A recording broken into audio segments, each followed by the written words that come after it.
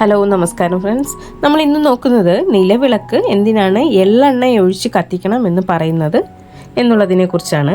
നിലവിളക്ക് കത്തിക്കുന്നവരോട് ആരെങ്കിലും എള്ളെണ്ണ ഒഴിച്ച് കത്തിക്കാൻ പറഞ്ഞാൽ മനസ്സിലാണെങ്കിൽ അവർ പറയും ഏത് എണ്ണ ആയാലെന്താ, വിളക്ക് കത്തിയാൽ പോരെ എന്ന്. ഇത് തികച്ചും തെറ്റാണ്. എള്ളെണ്ണ കൊണ്ട് തന്നെയാകണം വിളക്ക് കത്തിക്കേണ്ടത്. ശനിയെ പ്രസാദിപ്പിച്ച് അനുഗ്രഹം നേടാൻ വേണ്ടിയാണ് എള്ളെണ്ണ ഉപയോഗിക്കുന്നത്.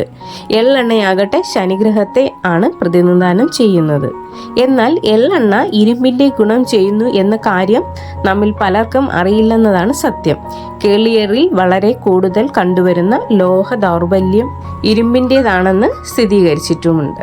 നേരത്തെ തന്നെ ഇത് മനസ്സിലാക്കിയിരുന്നതിനാൽ വിളക്ക് കത്തിക്കാൻ മാത്രമല്ല ഭക്ഷണം പാചകം ചെയ്യാനും തേച്ചു കുളിക്കാനുമൊക്കെ നമ്മുടെ പൂർവികർ ഉപയോഗിച്ചിരുന്നത് എള്ളെണ്ണ ആയിരുന്നു. വ്യാപകമായി എള്ള് കൃഷി ചെയ്യാനും അവർ മടിച്ചിരുന്നില്ല.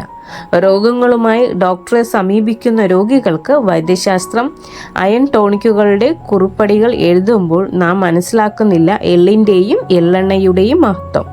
എള്ളെണ്ണ ഉപയോഗിച്ച് വിളക്ക് കത്തിക്കുമ്പോൾ ചുറ്റുമുള്ള അന്തരീക്ഷത്തിൽ ഇരുമ്പിൻ്റെ പ്രാണോർജ്ജ ശക്തി വ്യാപിക്കുന്നു എന്നതും നാം മനസ്സിലാക്കാതെ പോയിരിക്കുന്നു.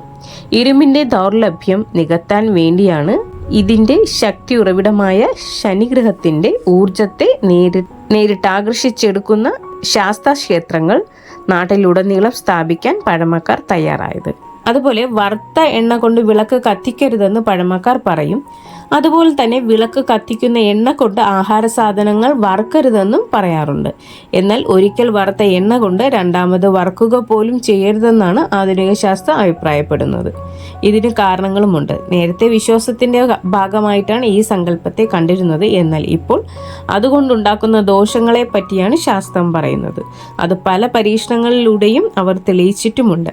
പപ്പടം മുതലായവ വറുത്തു കഴിഞ്ഞാൽ മിച്ചം വരുന്ന എണ്ണ ഒഴിച്ച് സൂക്ഷിച്ചു വെച്ചിട്ട് രണ്ടാമത് അത് ഉപയോഗിക്കുന്ന അവസ്ഥ ഇന്നും നിലവിലുണ്ട്. ഇത് പാടില്ലെന്നാണ് വിദഗ്ധർ ചൂണ്ടിക്കാട്ടുന്നത്. വറുക്കുന്നതിനു വേണ്ടി ഒരിക്കൽ എണ്ണ ഉപയോഗിച്ചു കഴിഞ്ഞാൽ അത് ചൂടാക്കുന്നതോടുകൂടി പ്രസ്തുത എണ്ണയിൽ കാർബൺ രൂപപ്പെടും. അങ്ങനെ കാർബൺ ഉണ്ടാകുന്ന എണ്ണയിൽ പിന്നെയും എണ്ണ ഒഴിച്ച് ഉപയോഗിച്ചാലും ആ എണ്ണ തന്നെ ഉപയോഗിച്ചാലും ദോഷമാണെന്നാണ് കണ്ടുപിടുത്തം. ഈ സത്യാവസ്ഥ നേരത്തെ തന്നെ മനസ്സിലാക്കിയിരുന്നത് കൊണ്ടാവണം ഇത്തരത്തിൽ ഒരു വിലക്ക് പഴമക്കാർ പണ്ട് മുതലേ ഏർപ്പെടുത്തിയിരിക്കുന്നത്. താങ്ക്